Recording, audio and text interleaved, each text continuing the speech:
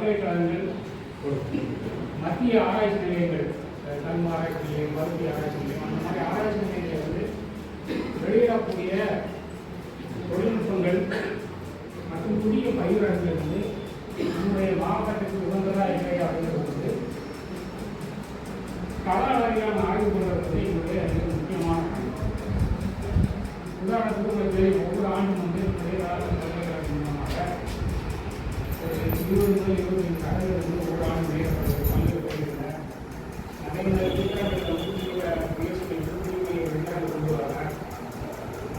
மத்திய ஆராய்ச்சி நிலையம் மூலமாக வந்து அரசு புதிய தொழில்நுட்பங்கள் நம்முடைய வேளாண்மை பல்கலைக்கழகங்கள், மத்திய ஆராய்ச்சி நிலையங்கள், கல்வி ஆராய்ச்சி நிலையம், மருத்துவ ஆராய்ச்சி நிலையம், அந்த மாதிரி ஆராய்ச்சி நிலையங்களை வந்து வெளியிடக்கூடிய தொழில்நுட்பங்கள் மற்றும் புதிய பயிரங்கள் வந்து நம்முடைய மாவட்டத்துக்கு உகந்ததா இல்லையா அப்படிங்கிறது வந்து கள அளவிலான ஆய்வு பண்ணுறது எங்களுடைய மிக முக்கியமான பணி.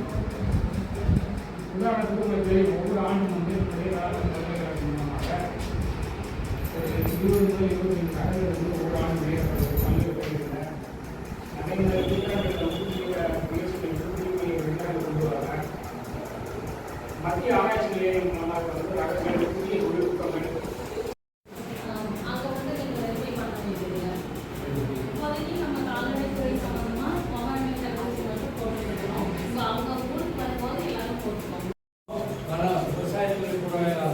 பிரச்சனை மாற மற்ற தொழில்கள் இல்லைங்கிறது என்னுடைய தாழ்மையான கருத்து.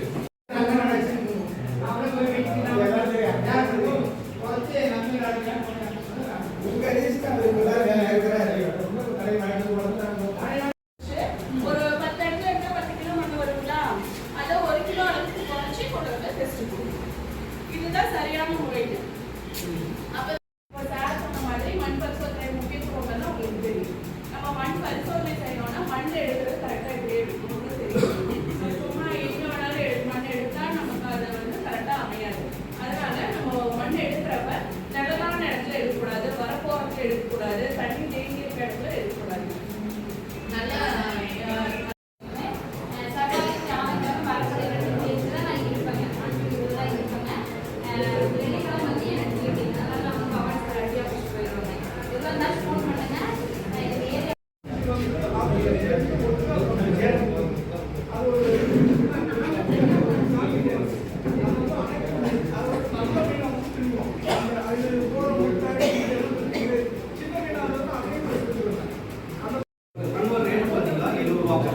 அது வந்து சரியா இருக்குது.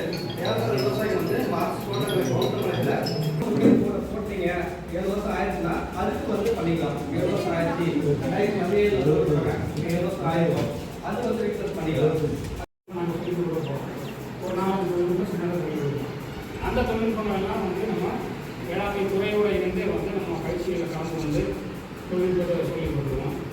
வேளாண்மை சார்ந்த தொழில்கள் கால்நடை வளர்ப்பாக இருக்கலாம், வேளாண்மை சார்ந்த லாபம் தரக்கூடிய தொழில்கள், தேயிலை வளர்ப்பு, காளான் வளர்ப்பு, மண்புழு வளர்ப்பு, இந்த மாதிரியான பயிற்சிகள் வந்து நம்முடைய வேளாண்மை அறிவியல் நம்முடைய வேளாண்மை பல்கலைக்கழகங்கள், மத்திய ஆராய்ச்சி நிலையங்கள், கல்வி ஆராய்ச்சி நிலையம், மருத்துவ ஆராய்ச்சி நிலையம், அந்த மாதிரி ஆராய்ச்சி நிலையங்களை வந்து வெளியிடக்கூடிய தொழில்நுட்பங்கள் மற்றும் புதிய பயிரங்கள் வந்து நம்முடைய மாவட்டத்துக்கு உகந்ததா இல்லையா அப்படிங்கிறது வந்து கள அளவிலான ஆய்வு பண்ணுறது எங்களுடைய மிக முக்கியமான பணி. உதாரணத்துக்கு உங்களுக்கு ஒவ்வொரு ஆண்டும் வந்து பல்கலைக்கழகம் மூலமாக 20 முதல் 25 கடல்கள் வந்து ஒவ்வொரு ஆண்டும் நேரப்படுது பல்வேறு பகுதிகளில் நிறைய திட்டங்கள் கொண்டு வராங்க. மத்திய ஆராய்ச்சி நிலையம் மூலமாக